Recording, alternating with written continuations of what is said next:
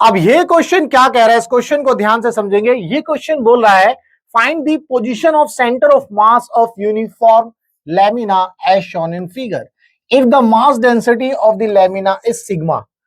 जो सिग्मा है वो मास डेंसिटी है। तो यहां पर आपको क्या दिया है ये समझना है, position of centre of mass of uniform lamina. Lamina क्या होता है, बेसिकली एक शीट की तरह होता है, एक प्लेन शीट मान लो। तो चूंकि यहां पर जो प्लेन शीट है वो सर्कुलर शेप में है, तो यहां पर जो प्लेन शीट सर्कुलर शेप में है, तो यहां पर ये पोर्शन इस प्लेन लैमिना का आपके पास है, ये पोर्शन आपके पास है। और ये जो अंदर है, ये जो व्हाइट कलर से जो दिखाया गया है अंदर की तरफ छोटा वाला डब्बा, ये बेसिकली आपका क्या है, ये आपका कैविटी है, ये आपका कैविटी है, ये है आपका जी कैविटी। दांतों वाली कैविटी नहीं है, ये डिस्क के अंदर जो कैविटी है वो वाली कैविटी है। ठीक है, तो अब यहां पर आपको क्या निकालना है, इस सिस्टम का सेंटर ऑफ मास निकालना है। ये क्वेश्चन जो है कैविटी वाले जो क्वेश्चन है उसके कॉन्सेप्ट के बेसिस पर है। तो इस तरह के क्वेश्चन को करने के लिए हम किस तरह से अप्रोच करते हैं, हम ये जानने की कोशिश करेंगे। तो चलिए स्टार्ट करते हैं। सबसे पहले हमें यह पता है कि जो सेंटर ऑफ मास होता है, let's say x centre of मास, मतलब सेंटर ऑफ मास का वो पॉइंट जो एक्स डायरेक्शन में है ना, एक्स एक्सिस पर है, तो हम क्या लिखते हैं formula m1x1 plus m2x2 divided by m1 plus m2, इस तरह से लिखते हैं।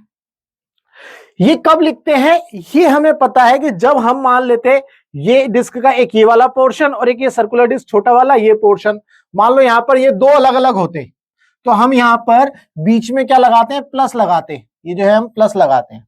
अब चूंकि यहां पर ये छोटा वाला जो पिंक कलर से मैंने दिखाया है सर्कल, वो है नहीं, तो ये इसका मतलब बाहर निकाल करके रख दिया है। तो इसका मतलब ये बना है किस तरह से, एक तो तुम्हारा ये सर्कल है जी, और यहां पर जो पिंक कलर की जो कैविटी है वो मैं इसको यहां पर ड्रॉ कर देता हूं, ये कैविटी आपकी यहां पर है। ठीक है, तो ये दो पोर्शन से मिलकर के बना है, ये कैविटी यहां से निकाल के मैंने यहां रख दी है, ऐसे समझ लो, इसको निकाल करके मैंने यहां पर रख दिया है। तो इसका मतलब यह हुआ कि मुझे क्या करना पड़ेगा, इस सिस्टम में जो पिंक कलर का जो डिस्क है या सर्कुलर डिस्क है उसका मास मुझे क्या करना पड़ेगा, माइनस करना पड़ेगा हमारे इस फॉर्मूले में। क्लियर है? तो हम जब इस सवाल को करेंगे, कैविटी वाले जो भी क्वेश्चंस होंगे, तो जो भी मास निकल रहा होगा उसको हम क्या कर रहे होंगे, माइनस कर रहे होंगे। तो कैसे करना है देखेंगे। लेट्स से कि जो ये वाला जो पोर्शन है इसको फर्स्ट नाम दे देते हैं और इसको हम नाम दे देते हैं 2। ठीक है जी, तो अगर मैं यहां पर m1 निकालने की कोशिश करूंगा, लेट्स से m1 मैंने निकाला, मास कितना होगा। अब हमारे पास क्वेश्चन में सिग्मा दिया है, सिग्मा क्या है, आपकी मास डेंसिटी है। मास डेंसिटी मतलब मास अपॉन में एरिया। ठीक है जी, तो मास निकालेंगे तो सिग्मा इंटू एरिया हो जाएगा बेसिकली। तो आपको ये m1 निकालना है, तो जब आप m1 निकालोगे तो कितना मास है इसका, सॉरी m1 निकालना है, तो ये तो हो गया सिग्मा, इसका एरिया कितना हो गया पाई, लेट से इसकी जो रेडियस है r है तो r स्क्वायर, पाई r square, sigma into pi r square. ठीक है जी, अब मैं m2 निकालूं तो m2 कितना होगा, ध्यान से देखेंगे। अच्छा, इसकी रेडियस a दी गई है, तो r की जगह हम a ले लेते हैं, बेसिकली r की जगह a ले लेते हैं, तो सिग्मा पाई a स्क्वायर। ठीक है, अब m2 कितना है, देखो जो छोटा वाला जो सर्कल है, छोटा वाला जो पिंक कलर का सर्कल है, अगर आप ध्यान से देखो ये सेंटर है, तो इसका मतलब ये जो वैल्यू होगी ये कितनी होगी, a/2, यानी कि जो पिंक कलर का छोटू सर्कल है उसकी रेडियस कितनी आ जाएगी, a/2। तो अब आप यहां पर m2 निकाल सकते हो, इसकी भी डेंसिटी सिग्मा ही है, तो इसका एरिया कितना हो गया पाई, और इसकी रेडियस है a/2 का स्क्वायर, पाई r स्क्वायर, तो sigma into pi a square by 4। ये आपके पास आंसर आ गया इसका, यानी कि ये मास मिल गया आपको। ठीक है जी, अब चूंकि ये दोनों जो सिस्टम है, अगर मैं इस डिस्क की बात करूं, जो बड़ा वाला जो सर्कल है इसकी बात करते हैं, इसका सेंटर ऑफ मास यहां पर है, ये इसका सेंटर ऑफ मास है। जो पिंक कलर का सर्कुलर डिस्क है उसका सेंटर ऑफ मास ये है। तो अगर मैं इसको ध्यान से देखूं तो ये सिस्टम कुछ इस तरह से टूट गया है।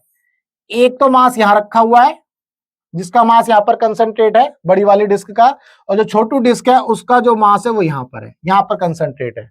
तो अब ये कैसा बन गया, ये दो पार्टिकल सिस्टम वाला क्वेश्चन बन गया, यानी कि यहां पर दो पार्टिकल बन गए, एक ये और एक ये, जिसको मैंने यहां पर नाम दिया था M1 और M2। तो ये वही बन गया यहां पर भी। तो यहां से हम M2 को क्या करेंगे, निकाल रहे हैं। तो M2 को जब निकाल देंगे तभी तो कैविटी बनेगी। जब कैविटी बनेगी तो M2 जो है यहां पर माइनस में चला जाएगा ना, माइनस करेंगे इसको। और इनके इंडिविजुअल, अगर मैं इसके सेंटर ऑफ मास की बात करूं तो उसके पॉइंट क्या है, 0 0। इसके सेंटर ऑफ मास की बात करूं तो इसके पॉइंट्स क्या बन रहे हैं, यहां से लेके यहां तक देखो a/2 और ये 0, क्योंकि y एक्सिस तो 0 है यहां पर। इस एक्सिस में अगर हम देखें तो y की वैल्यू क्या है, 0। अब मैं यहां पर क्या करने वाला हूं, x सेंटर ऑफ मास जो है डायरेक्ट निकालने वाला हूं। That is equal to m1 कितना है जी, सिग्मा पाई a स्क्वायर, और x1 कितना आया, इसके लिए 0। ठीक है जी, और ये माइनस आ जाएगा क्योंकि हम इसको माइनस करेंगे। m2 कितना आ गया आपका, sigma pi a square by 4 into x2 कितना है, x2 है आपका a/2। उम्मीद करता हूं ये चीज समझ में आ गई। ठीक है, ये मास हो गया, ये आपका x2 हो गया, डिवाइडेड बाई m1 कितना है जी, m1 आपका है sigma pi a square minus, और आपका m2 कितना है, sigma pi a square by 4। ठीक है, यहां से x सेंटर ऑफ मास निकालेंगे। देखो क्या क्या कट सकता है उसको हम काट देंगे, जो जो कट रहा है। देखो सिग्मा कॉमन निकालूंगा तो ये कैंसिल आउट हो जाएगा। ठीक है, इसके बाद पाई भी कट जाएगा, अगर मैं कॉमन निकाल के पाई को उड़ाऊंगा तो पाई भी उड़ जाएगा। इसके बाद देखो a square a square a square a square यहां भी है, तो ये पूरा a स्क्वायर उड़ रहा है, ये स्क्वायर कॉमन निकालूंगा तो ये भी पूरा उड़ा देगा, इसमें भी कोई दिक्कत नहीं है। तो यहां तो आ गया 0, यहां तो कुछ करना ही नहीं था एक्चुअल में, तो यहां आपका 0 आ गया था। तो यहां कितना आया था, a/8, a/8 ये आ गया आपका a/8 माइनस का डिवाइडेड बाई, और यहां क्या बचा, पाई a square, pi sigma pi a square, ये पूरा उड़ गया, तो यहां बचा 1 माइनस 1/4। उम्मीद करता हूं ये चीज समझ में आई। भाई ये तो 0 था बेसिकली, वैसे तो करने की जरूरत नहीं थी बट मैंने कर दिया।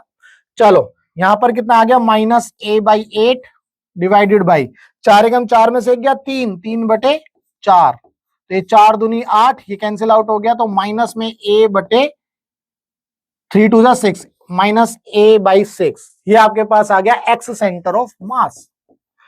x सेंटर ऑफ मास कितना आ गया, माइनस a/6। इस माइनस a/6 का ये मतलब है कि इस सिस्टम का जो सेंटर ऑफ मास है वो आपको कहीं ना कहीं यहां पर मिल रहा होगा, मतलब कि इस पोर्शन में, क्योंकि यहां पर इसका मास क्या है,